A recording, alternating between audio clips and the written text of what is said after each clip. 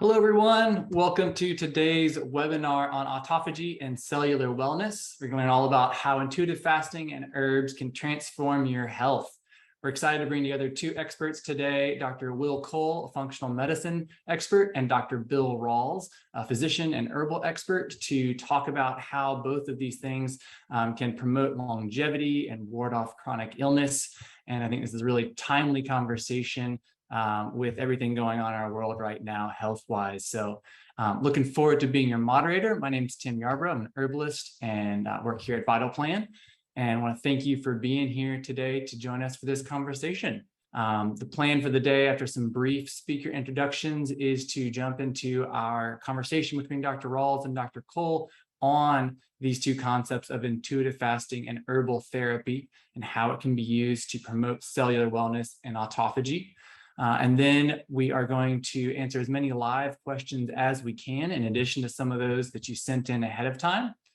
And if you are not already familiar with Dr. Bill Rawls, he is the co-founder and medical director of Vital Plan and Vital Plan Select. He's been a physician for over 30 years and is an expert in herbal therapy. He's author of best-selling book, Unlocking Lyme, and has done a lot of work with Lyme, which you may be familiar with, but he's also released a new book recently, Cellular Wellness Solution, which is really focusing on helping people bring more vitality into their lives and create a path to wellness through herbal therapy, in addition to lifestyle and diet practices. So really excited to get his perspective, especially on the herbal aspect of things today. And then he and I are very excited to welcome a special guest, Dr. Will Cole, who's joining us. Dr. Cole is a leading functional medicine expert. He was named one of the top 50 functional medicine practitioners in the US and works with folks all over the world through his telehealth practice, focusing on things like hormonal imbalances, autoimmune conditions, cognitive issues, digestive disorders, and much more. He is the author of some of these best-selling books you see here, Ketotarian, The Inflammation Spectrum, and most recently, Intuitive Fasting. I'm sure we will dive into a lot of the content covered in intuitive fasting today, since that is one of the primary topics of the webinar. So to learn more about Dr. Cole, you can check him out at drwillcole.com. So let's go ahead and invite both of our experts on and get into our conversation today. Dr. Cole and Dr. Rawls. Thank you, Tim, and welcome, Dr. Cole. We look forward to having you on board too. Thanks for having me. I'm excited to chat with you today. It's awesome. Awesome, guys. Well, let's go ahead and jump in. We've got a lot of great questions from folks they sent in ahead of time. And one of the things I want to talk about first is just this, how our views on wellness have evolved over the past few decades, over the past century.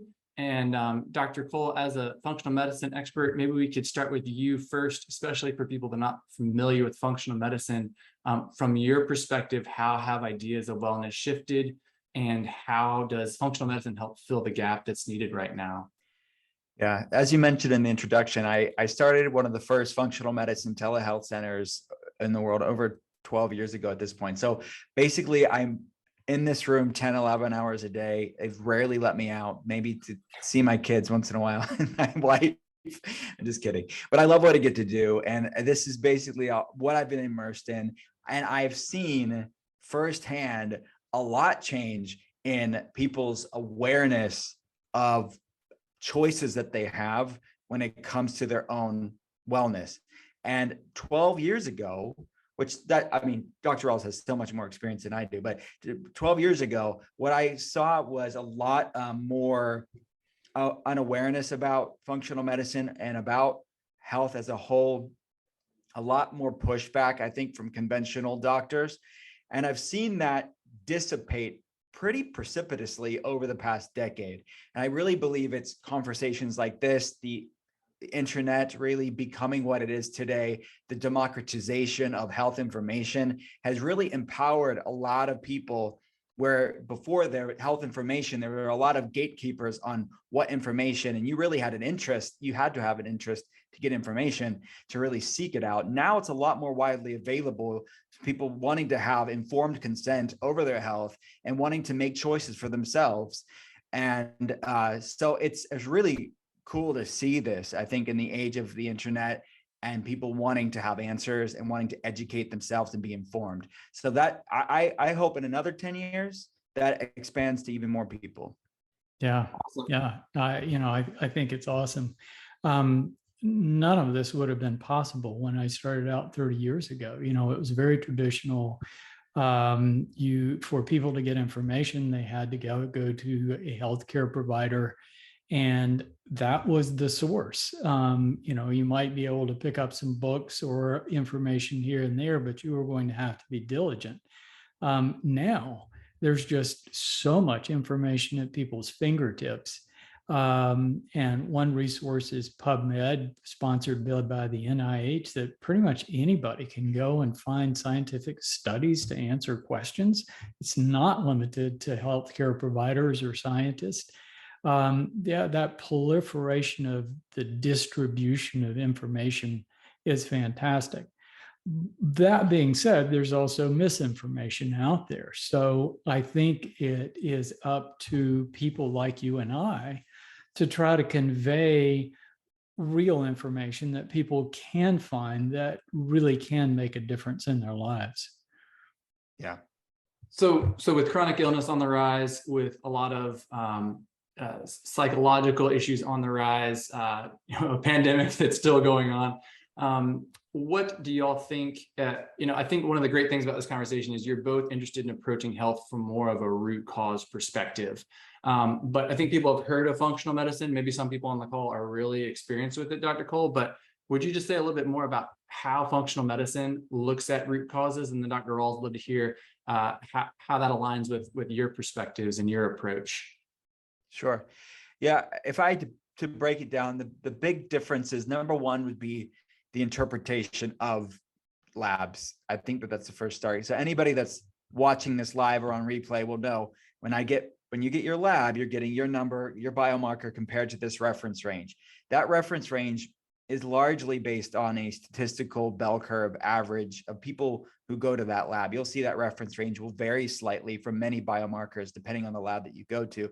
It's non-standardized for health. It's just looking for pathology.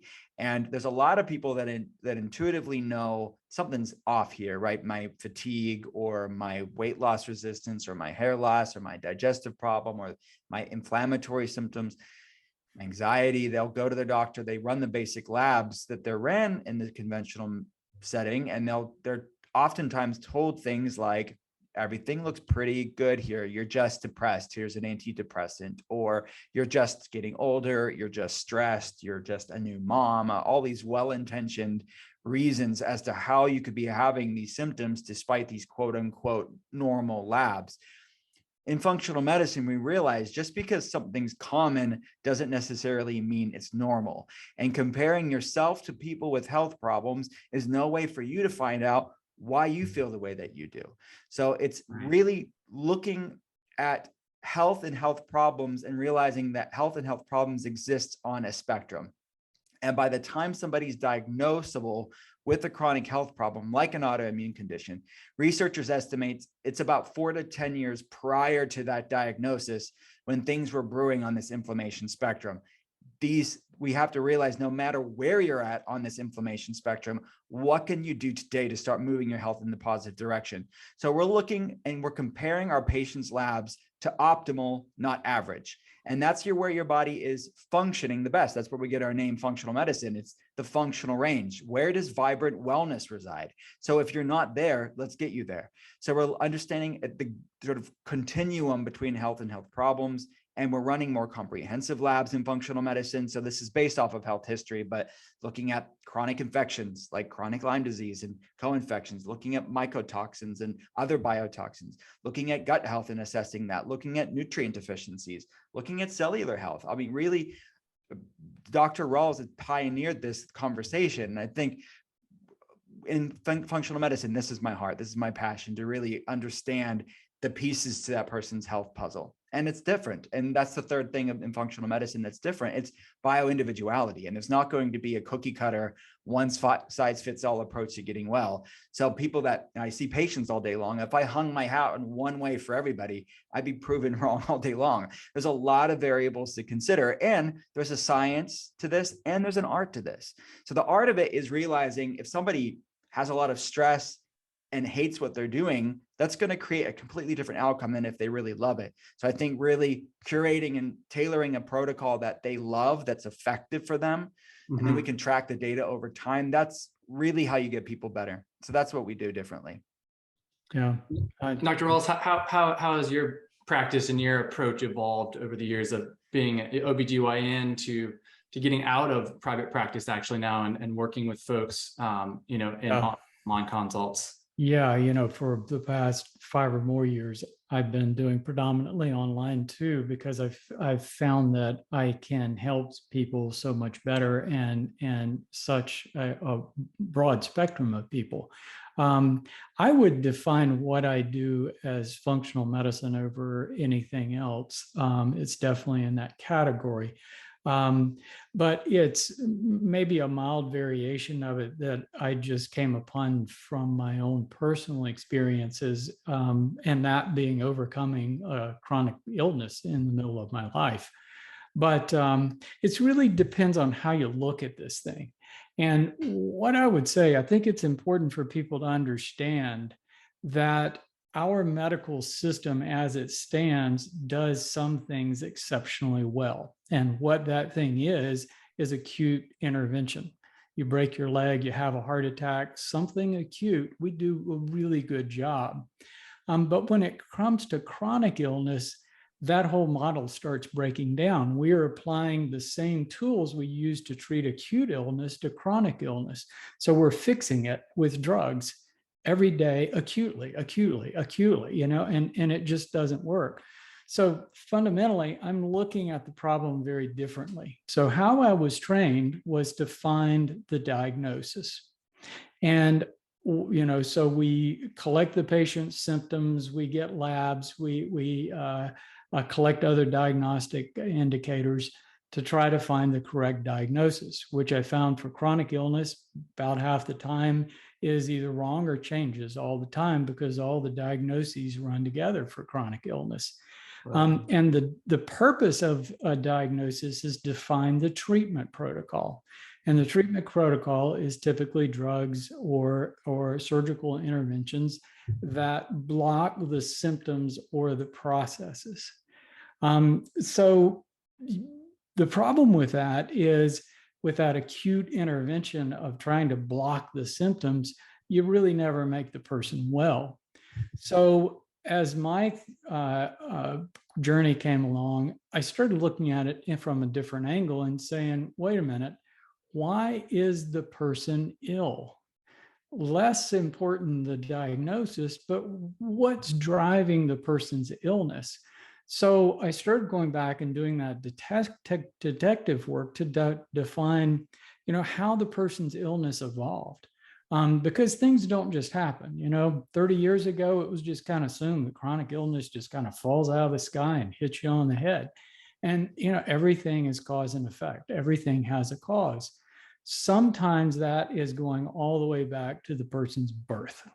And looking at the events that happened in their childhood, early childhood, all the way through their lives that have precipitated this thing that has caused. So, this idea that we're genetically abnormal and we're all destined to get disease is off. I think anybody can have wellness. And it's a matter of tracing those factors out and looking at those factors and undoing the things that precipitated that illness. So it's things like what people are eating, toxins they're exposed to, chronic stress, trauma.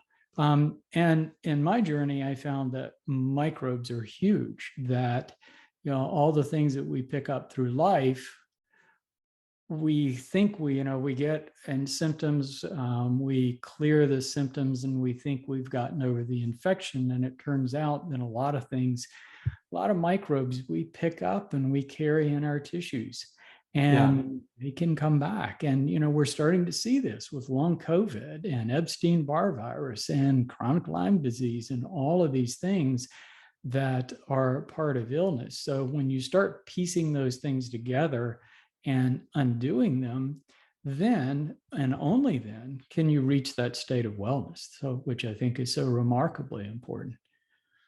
So it sounds like you're definitely both looking at some of those common denominators and getting more down to the root causes, while especially in functional medicine, really optimizing those tools, the technology that we have to give us more information. Of course, one of the things that's really central in both approaches is food. And so I'd love to jump into that a little bit and talk about how, what's the state of our modern American diet? I think we all know it could be improved. So let's get into a little bit more specific about, what has changed in the past, let's say 100 years, as far as the composition, quantity, the timing of what we eat and how we eat it. Well, I mean, the majority of our genetics haven't changed in 10,000 years when you're looking at it from an ancestral health perspective. But yeah, our food has changed so much in such a finite period of time, even when you compare it to our grandparents or great grandparents, certainly.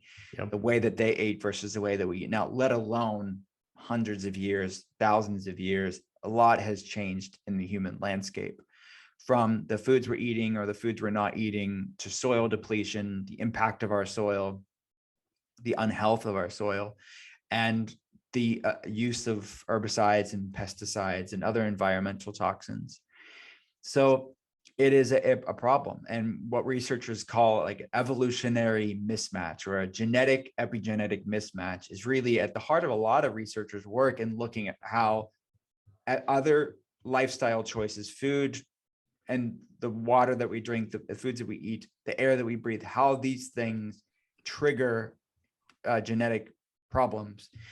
Like Dr. Rawls said, we all have genetic predispositions for things, and they have been lying dormant largely for 10,000 years, but they're being awoken like never before, not because of genetics largely, but because of epigenetics. So this is depending on the study that you look at, but it's anywhere between 77 to like 91% around there of how long and how healthy people live is due to not to genetics, but due to epigenetics. So it is the foods we eat, it is, or the foods we're not eating, it is exposure to toxins, it is environmental pollutants, it is stress and trauma, both personally and collectively, that is awakening these genetic predispositions. So food's a major part of that.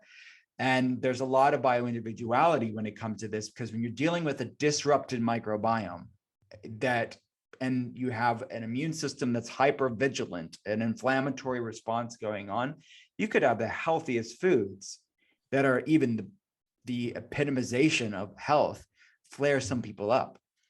So it's less to do with those foods and more to do with that immune system's overreaction to those foods. So a lot of what my work is really fine-tuning that person's food medicine protocol and finding out what does their body love and what does their body hate, and really being consistent. And that will evolve as their health improves, as their nervous system calms down, as their gut health has improved. We can really work on reintroduction. But we're living in a very unprecedented time when you're looking at the amount of food reactions going on here. And this is largely due to the destruction of the human microbiome and soil microbiome. So we need to talk about it. And this is why we're seeing so many people wanting to seek out answers, because they're not getting it in the conventional model, but they know there's something wrong here and they want to do something about it. Yeah. Yeah. What do you see as far as, especially what is missing? I think Dr. Cole gave a really great evolution of how it's changed. As far as the nutritional content, could you speak to that as well as any other thoughts you've got? Yeah, it is. It's a crazy experiment we're doing. It's used to be, if you wanted grain, wheat, corn, rice, then you went out in a field with a hoe and you dug a hole and you planted rows and you worked on that, and you might get a little bit to supplement your diet. But yeah, we're living in an environment where one guy in a tractor the size of a house that's air conditioning out in the Midwest can produce enough grain for an entire city for a year. And it's just insane how much. And this overload of carbohydrates in our life and ratcheting it down to a very, very limited number of food supplies. So we've just got, excessive carbohydrate and excessive bad fats from these sources that are affecting us in just about every level. And it is a big predisposition to illness. I, in my journey, look at how things are affecting us at the cellular level. So all these excessive carbohydrates cause a process called glycation that basically gums our cells up and keeps them from working. It breaks down collagen, which is so important just for holding us together and making everything work. It affects our hormone levels, everything. But it doesn't stop there. When you're producing that much, we're producing oils and fats, and we're also producing our animals from that. So we're eating excessively fatty animal sources of food, which really doesn't play well for anything of how it works. It's just our bodies are just not designed for this. So when you look at cellular programming, what genetics is doing is telling our cells how to function and telling our cells how to function in relation to all the other cells in the body. So if your cells are compromised, if you're feeding them wrong food, if they're compromised with toxic substances like herbicides and pesticides and plastic residues that we're finding in our food, these are basically poisoning cellular functions and inhibiting the way our cells work. And, that drains energy. When your cells are stressed, they use more energy, they burn out their mitochondria. And what that translates down to is faster aging and a higher risk of just about every chronic illness. So, we know there are studies on the composition of modern food and having less of the major vitamins and minerals. What is not as much studied, but we think we're aware of, and we talk a lot about a vital plant, is the missing phytochemicals, some of these micronutrients and protective phytochemicals. So Dr. Rawls, maybe you could kick this one off, just talking about, what is the role of phytochemicals there? Why is it a problem that we're not getting them in the same way that we used to? Sure. Phytochemicals are maybe a new word to our audience. So what that word means is plant chemicals. So everything is chemistry, basically. And when you look at plants are having to manage their cells. We're all cellular beings. Everything on Earth is made of cells. So plants are multicellular organisms. And so cells are having to manage, coordinate functions, and protect their cells. And they do it with chemistry. It has been known that it's been said that plants are the best chemists on the planet because they solve problems with chemistry. So plants are producing a robust spectrum of chemicals to protect the plant cells from free radicals, from microbes, from toxic substances. So it's really amazing what plants are doing with this, but also coordinating functions using chemical messengers, many of them the same as hormones and neurotransmitters in our body, to coordinate functions within the plant. So when we consume a plant, we gain those benefits. So when you eat a stick of broccoli or a piece of celery, you're not only getting the nutrients from the food, you're getting these protective phytochemicals that the plant is producing. The problem is in cultivating our food, and especially ultra cultivating our food like we have done in the past 100 years, we have bred that capacity out of our plants. So seeds have the lowest spectrum of phytochemicals. So your grains, your beans aren't going to have a high spectrum of phytochemicals like you would find in the roots or in the leaves or stems of a plant. So if we go to a seed-based diet or an animal-based diet, we're not getting much of any of those protective phytochemicals. If we're eating vegetables, we're getting them. But even our healthy vegetables have been cultivated to produce calories, not protective phytochemicals.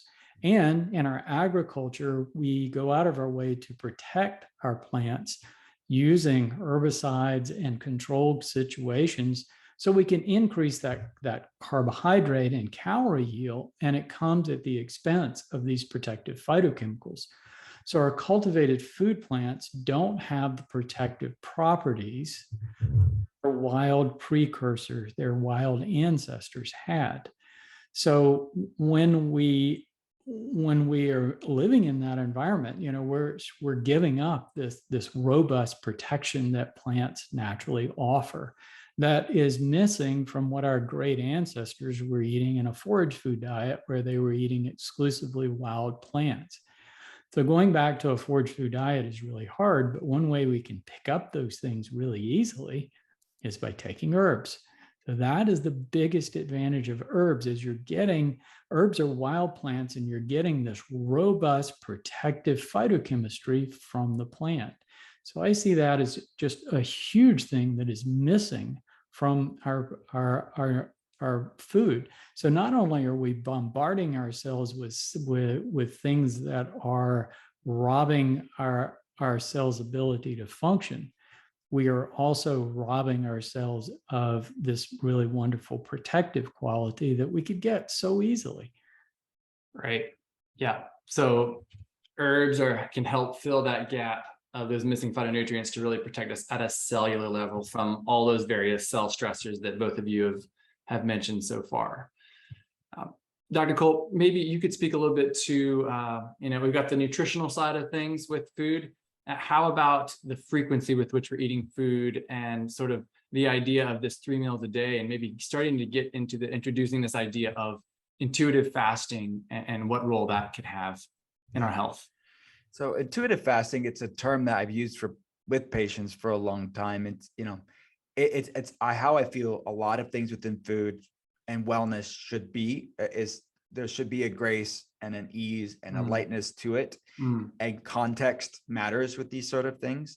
Back to my earlier statement of there's a science and art to it. There's a lot of exciting science to things like fasting and food. And as Dr. Rawls mentioned, PubMed has a lot of very compelling evidence. But how do we play this out in somebody's life to be their own N of one experiment? How do we really move the needle in their life? So the concept of intuitive fasting is born out of that awareness of just consulting patients in the art of wellness. And fasting is a great way to be more in alignment with our biochemistry. We're talking a lot about ancestral health and decreasing that genetic epigenetic mismatch to decrease that chasm between our DNA, which hasn't changed in 10,000 years, and the world around us. So fasting has been part of human landscape for many different reasons. One, because from a foraging side of things, our ancestors would have foraged. Food availability, food scarcity. Humans would have gone through times of fasting because food wasn't always available, and that's how we evolved. Number two, fasting was done intentionally amongst communities. No matter where your ancestors are from, fasting was used intentionally in pretty much every culture for spiritual purposes and for health purposes from traditional medicine side of things. So from a food scarcity, as well as intentionally just part of our birthright, if you will, humans would have used this tool of fasting for many different purposes. So it's a way to decrease this distance between genetics and epigenetics. So it allows your body to really tap into these pathways that are dampened in a lot of people. Dr. Rawls mentioned about carbohydrates and sugar. Most people are stuck in this sugar burning zone. They are very metabolically inflexible. We're dealing with the majority of the human race today is metabolically inflexible. And they're somewhere on that insulin resistant inflammation spectrum. Like one aspect of that is they're struggling with hangriness and weight loss resistance and cravings and things like type 2 diabetes or PCOS or things like this. And their fasting is a way to, the analogy that I use in the book in intuitive fasting is it's sort of a proverbial yoga class for your metabolism. If my hamstrings are pretty tight. I'm not the most flexible person when it comes to doing yoga. So if I went to a yoga class and did an advanced yoga class, yoga would not be intuitive. I wouldn't be very good at it. And I could say, well, yoga is not for me, but it's not yoga. It's my hamstrings. It's my inflexibility. And that's how I see fasting. It will not be intuitive at first. We have to start off low and slow, but we have to train your metabolism to become more flexible. And then when it becomes flexible, fasting will be very much intuitive, because you can go longer without eating, not because you're willing it, not because it's some arduous, restrictive, obsessive thing. You just can go, you're satiated for longer, and you can break the fast when you want to. It's sort of intuitive thing, and people will do it even different seasons of their life. They will fast more. From an ancestral health perspective, some people notice they're fasting more in the winter and eating more, just like our ancestors were, of fresh fruits and vegetables in the summertime. This is a rhythm that's within us if we tap into it. Paracelsus, one of the fathers of modern medicine, he was known as the father of toxicology, the Martin Luther of medicine of his time in the late 1400s in Switzerland. He called fasting the physician within, which I think is an eloquent way of putting it. It's this inner doctor that we all have that we can tap into. They did not have the randomized controlled trials hundreds and thousands of years ago. They just saw anecdotally and that this improved people's health. And now we do have a lot of compelling data to show this is a great way to support metabolic flexibility, to support our gut health, to lower inflammation levels. So it's not just about what we're eating, but when we're eating that matters. I would never advocate fasting our way out of a poor diet, but it is a great tool once you got the nutrient density from a food standpoint down to then level up your day with some time compressed feeding or time restricted feeding, which is a type of intermittent fasting. And getting back to this idea, tying this back to cellular wellness, in addition to those benefits you just mentioned, I know autophagy is one of the other key benefits of intuitive fasting. Could you kind of give us a quick primer on that for folks that don't fully understand autophagy? Just what is it from your perspective? How do you view it in helping with health? Well, it's part of the physician within that I was talking about. It puts your body in this inner healing state by keeping insulin levels lower and leptin levels lower. And we are able to keep a pathway called mTOR lower during fasting. It's an acronym that stands for mammalian or mechanistic target of rapamycin. So a lot of the longevity benefits of fasting that's being explored in the research is looking at insulin, leptin, and mTOR, and how we really, this sort of foundational trifecta, if you will, is really hospitable to something called autophagy, which we all tap into slightly when we're sleeping, where our body's cleaning house and recycling as we sleep, which is a reason to optimize our sleep. But number two, a way for us to really level up something that is dampened. It's sluggish for many people because of that metabolic inflexibility that I mentioned and the glycation that Dr. Rawls mentioned, this pro-inflammatory state. Autophagy is so impaired in many people. So fasting is a way to reclaim that birthright, to increase autophagy, which, breaking that word down, autophagy, it's self-eating. Think of our cells, our own body's own recycling system. It's a way to support cellular renewal, back to cellular health, like Dr. Rawls mentioned, and sort of the anti-accelerated aging pathways. It is our good cells are gobbling up the dysfunctional cells is a simple way to think about it. But it is something that we all have, but we have to give our body the chance to do so. Dr. Rawls, anything you want to add on your perspective on autophagy and maybe the role herbs have to play? Well, yeah, sure. Yeah, that's we haven't really known about autophagy for that long, but intuitively and logically, you would think that our cells can take care of themselves, or we wouldn't last very long. And really, it's all about cellular health. Our bodies are a composite of trillions of cells. And when all of our cells are functional and working well, we don't have symptoms. We feel good. So cellular health is really central to our health. So that applies to cells as a whole, but it also applies to cells individually. So when you say that word autophagy, it was discovered as a pathway that when we fast or starve ourselves, that cells can basically break down worn out parts and reuse them. It's kind of like if you were going down the track on a steam engine and you ran out of coal, and you could start pulling the boards off of the side of the train to keep that engine going. So, so that's where it was discovered. But I think it's, the explanation is extended that it's more like just everyday cellular housekeeping, that cells are constantly breaking down worn out proteins, burned out mitochondria, messed up DNA, and churning those things down to the basic organic molecules and reuse them. So it's really cellular recycling that's really, really important. So all cells are doing this all the time, but the more that cells are stressed by bad food, toxins, chronic stress, all of these things that we do to ourselves, then they are too stressed to have the energy to do that cellular housekeeping that is so important. So one thing we can do is intuitive fasting, which your books made a lot of sense. I think they are a good place for a lot of people to start, in that just cutting out how much time you're eating, so you're not bombarding your body and your cells with food, to say, okay, let's give ourselves a break for 12 hours a day and let them do their work, let them recover. So it's cellular recovery. But also, if you look at the demon in our diet, it's carbohydrates. And so everybody, absolutely everybody, ought to be taking steps to ratchet those carbs down, because they're just really killers. And it boils down to the fact that our cells are designed to run lean. So cutting your carbs out is really important. But looking at that cellular wellness model, just respecting all the importance of a healthy diet, a low carb diet, rich in vegetables, low toxin environment, low stress, so we're getting sleep.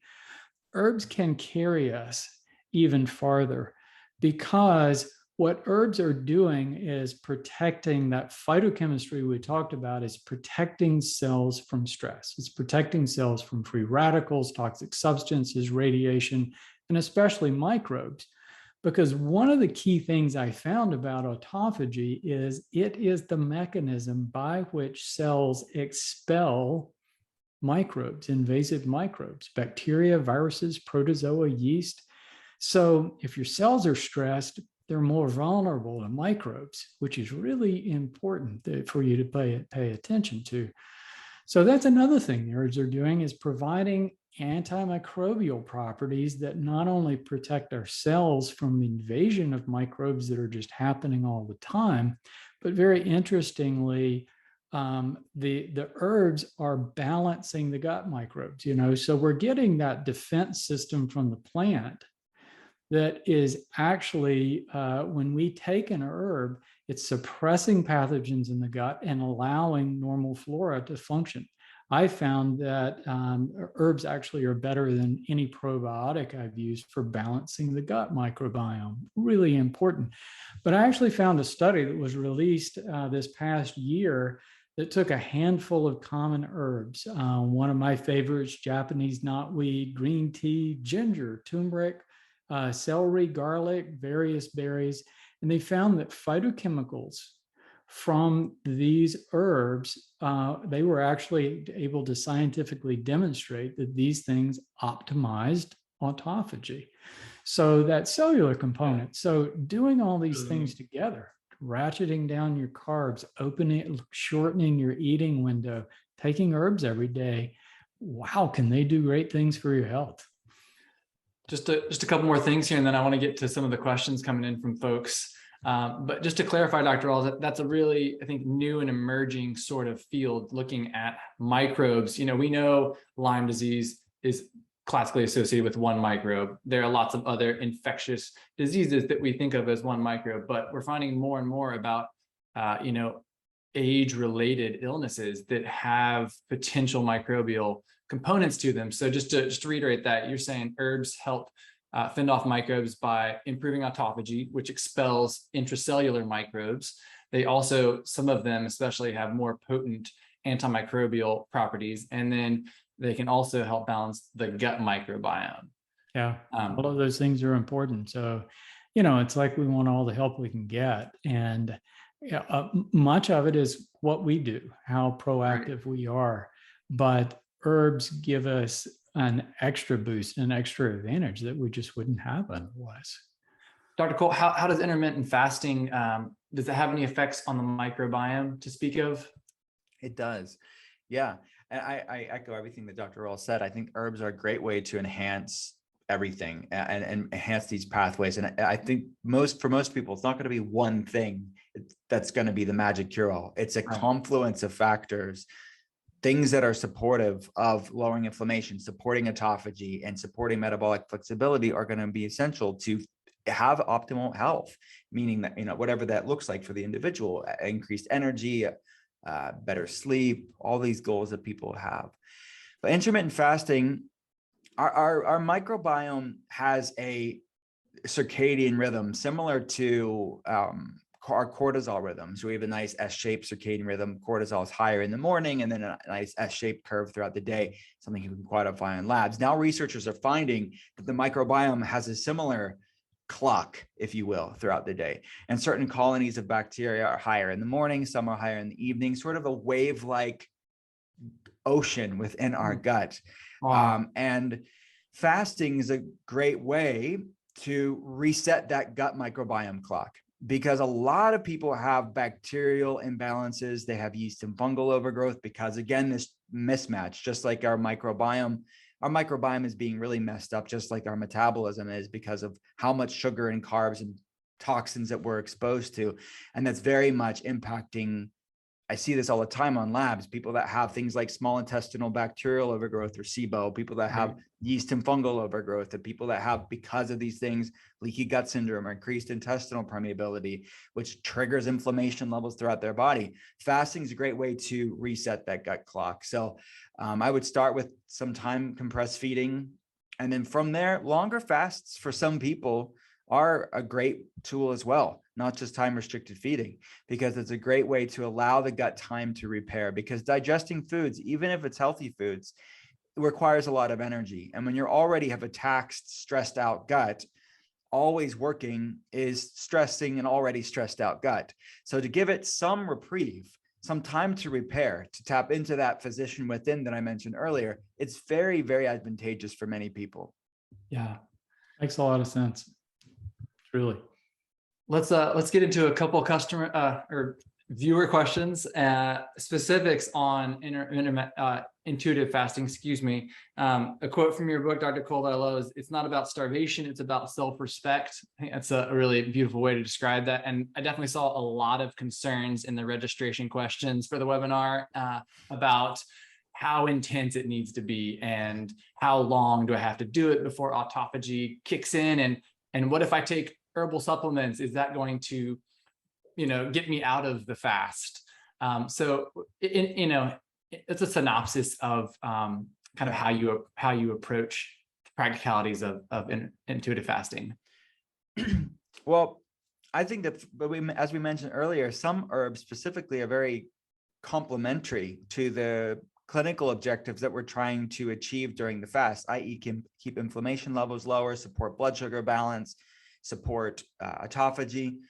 So the herbs that would be supportive of autophagy would definitely not throw you out of a fasted state. And keep in mind too, we didn't touch on it so much, but the ketogenic diet is fasting mimicking too. So keep that in mind, that both fasting and the ketogenic diet puts you in a state of ketosis, depending on how long your fast is or how low your carbs are during the ketogenic diet. This is that fasted state. This is that interphysician state.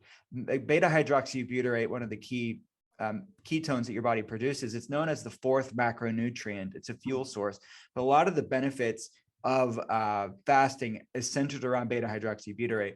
So the point being is that if you're eating clean foods and you're eating a more of a flexible cyclical ketogenic diet, you're fasting, you don't have to fast for very long to get ketones, because you're going to be producing ketones even when you're eating food.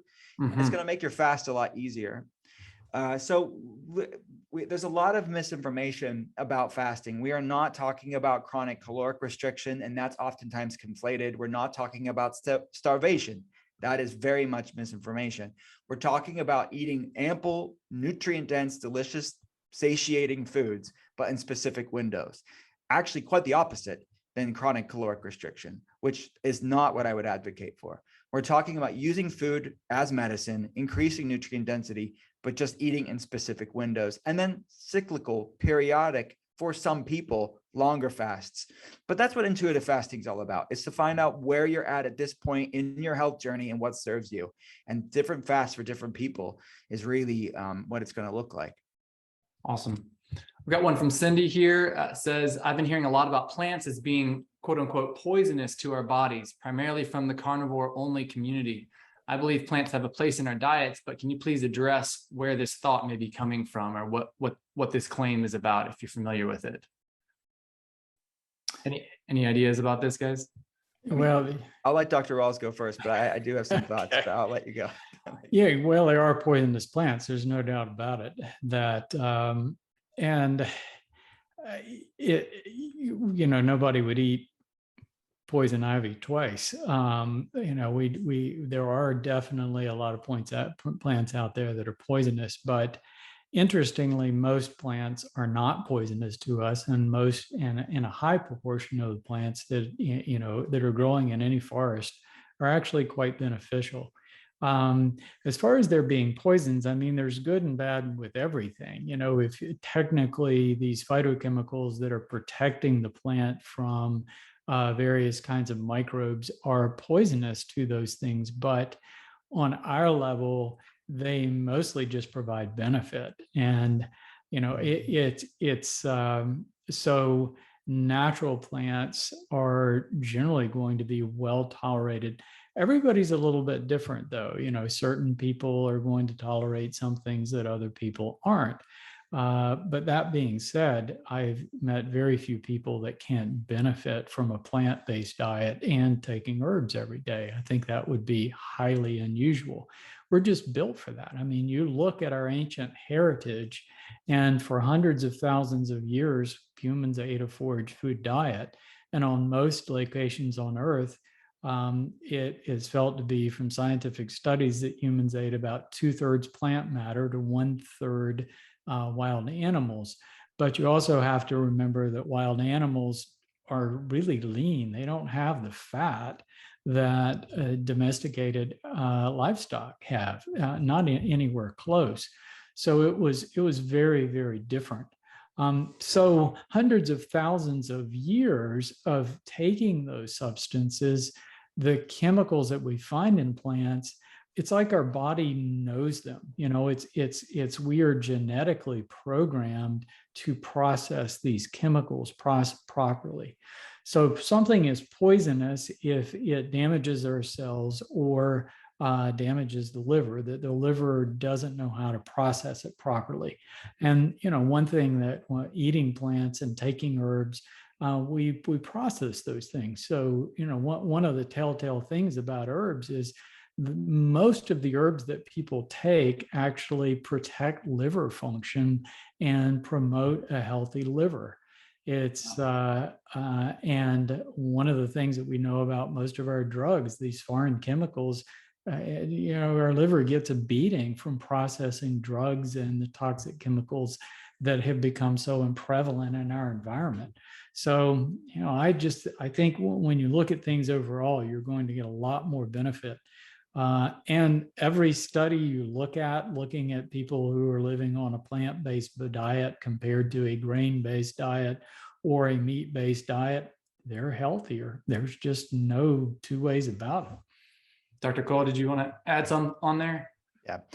So I think that a lot of what comes out of the carnivore community, albeit maybe well-intentioned, I think can create a lot of unintended orthorexia in the average person, which orthorexia is stress and anxiety, disordered eating around healthy foods.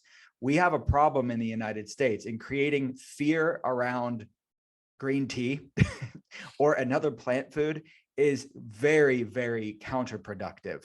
And it is verging on irresponsible, because there are absolutely circumstances where some people are lectin sensitive or have a primed immune system and need to do, I mean, I use a carnivore-ish protocol for some people that have wildly dysfunctional guts for a time. Right. It's a therapy for a time to calm down out of control food reactions as almost an ultimate elimination diet approach. But then to say this is a lifestyle that people should do forever and ever, and they should be fearing vegetables and fruits, is just very just unproductive. It's not necessary.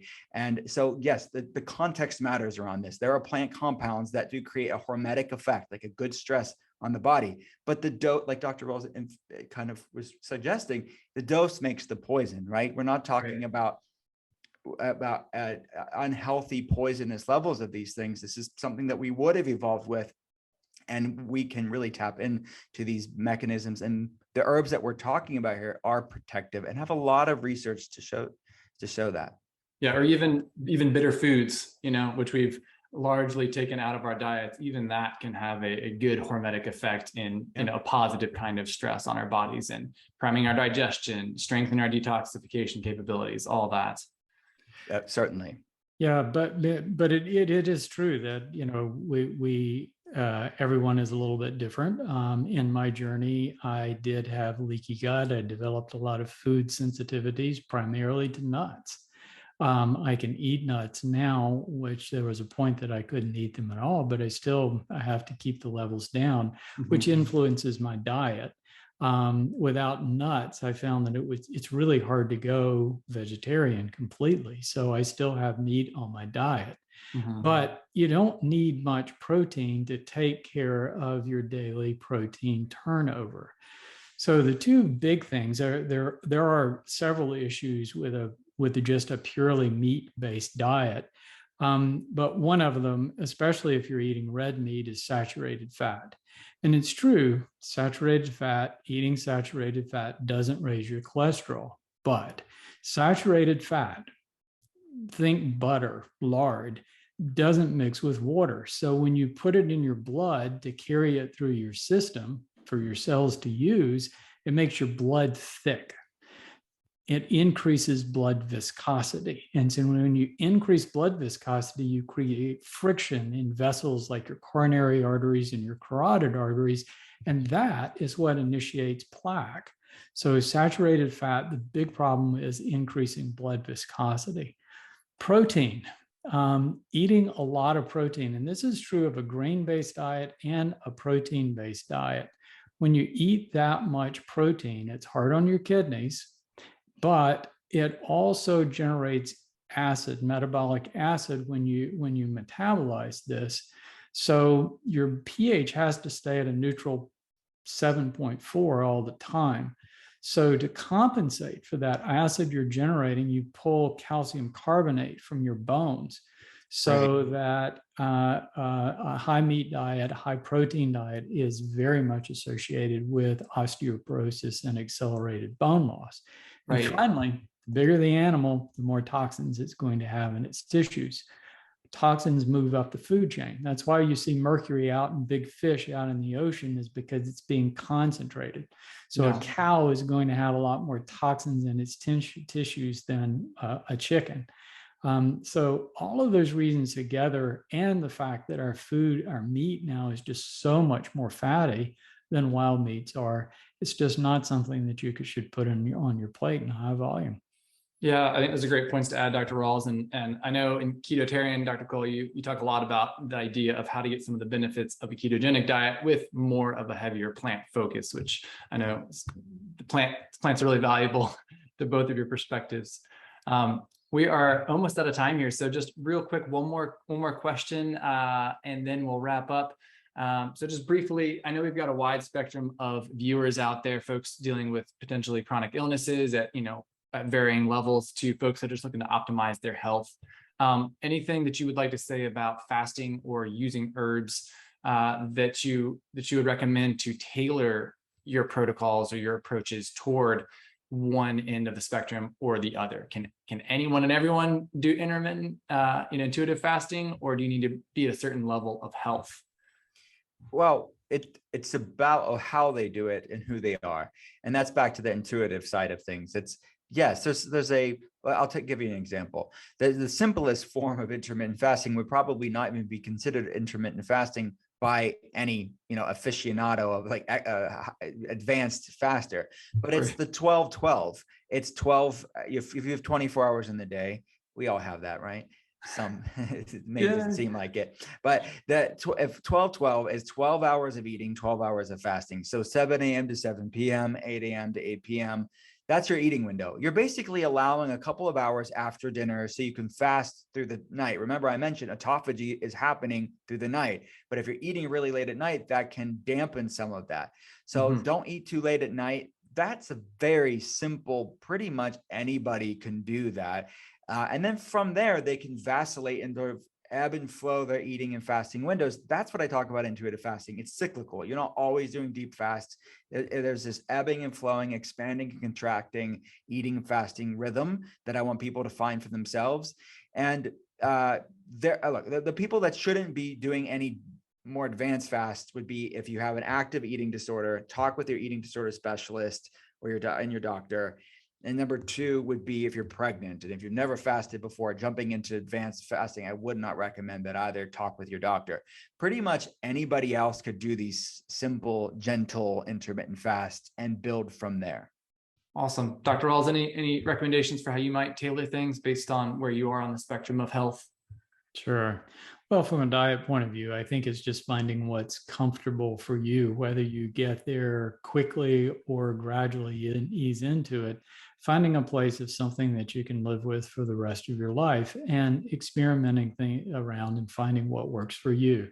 As I said, at one point I developed a lot of food sensitivities, and I still have to be careful with nuts and certain kinds of foods. So that affects what I eat. It makes it a little more difficult for me to go to being a strict vegetarian.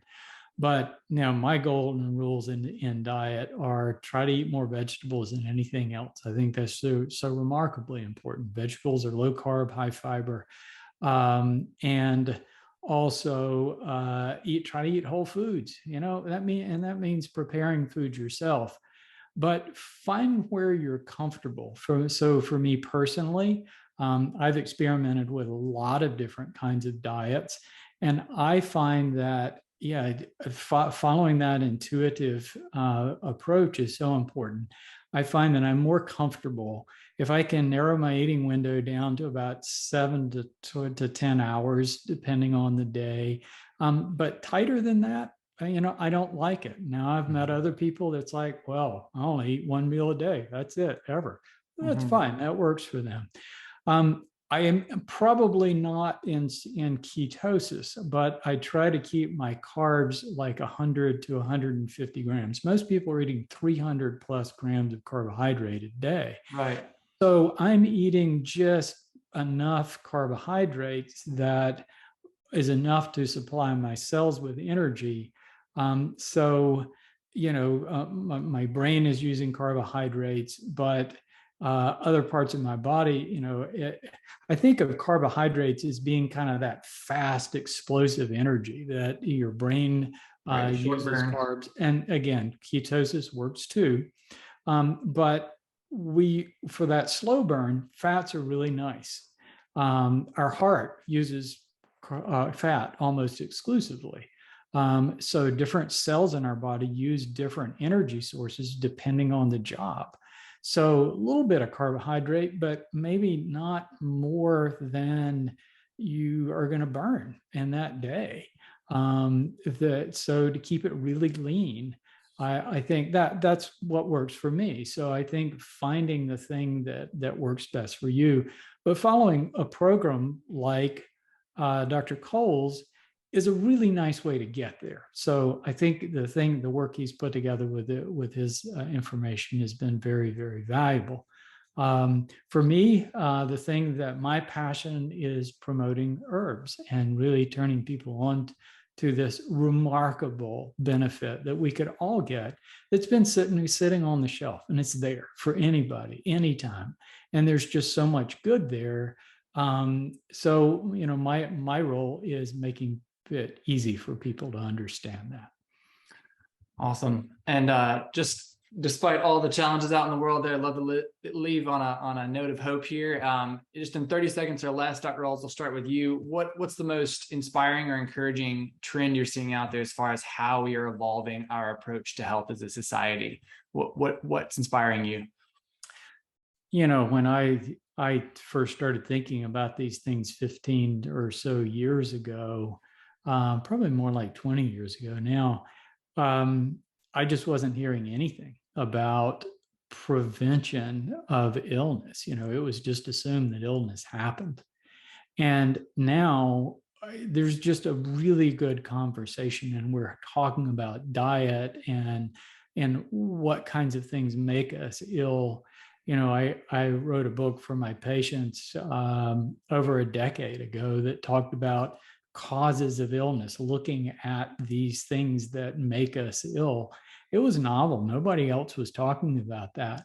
Now everybody is, there's so much of a conversation about diet and how toxins can affect us, and stress and trauma, and now microbes. And you know, and so we're starting to see that big piece of the puzzle. So I think that all those things are just really remarkable. Dr. Cole, what do you see? Well, I'm encouraged by the things that I'm seeing on social media. I think there's growing amount of conversations, not just in social media, but just the wellness world at large. And I think the umbrella is growing, which I love seeing that, the amount of people underneath it. And I think that we need to realize a mantra within our clinic is you can't heal a body you hate. You cannot shame your way into wellness or obsess your way into health. And I want people to know that are watching this live or on replay that you don't have to be perfect or know it all to start making positive steps in the right direction. And sometimes we get paralysis of analysis where it's like, oh, I have to have it all perfect or I'm overwhelmed. Just start doing the next right thing. And even if you do a handful of things that we talked about today, whether it's in Dr. Rawls' book or in one of my books, you're going to make some positive changes. So I would just really realize that, shift your perspective from, oh my gosh, I have to do all these things, or these are the things I can't have. You can have whatever you want, have all the sugar you want. But the message that we're talking about here is one of self-respect. Is that my experiences for my patients is when you feel great, you love feeling great more than you thought you missed that thing that made you feel really lousy. Right. It's a bad trade-off. You do not want to have the things that dim your light. So I want to just maybe empower people that this is an act of self-respect, not restriction. And that's the paradigm shift that I think will save people's lives. Yeah, absolutely. Awesome. Well, thank you both so much for being here. I know everyone got a lot from this, and thank you everyone for watching. I love both of your perspectives and helping reconnect through herbs and through this intuitive fasting, connect us back to our ancestral ways of being.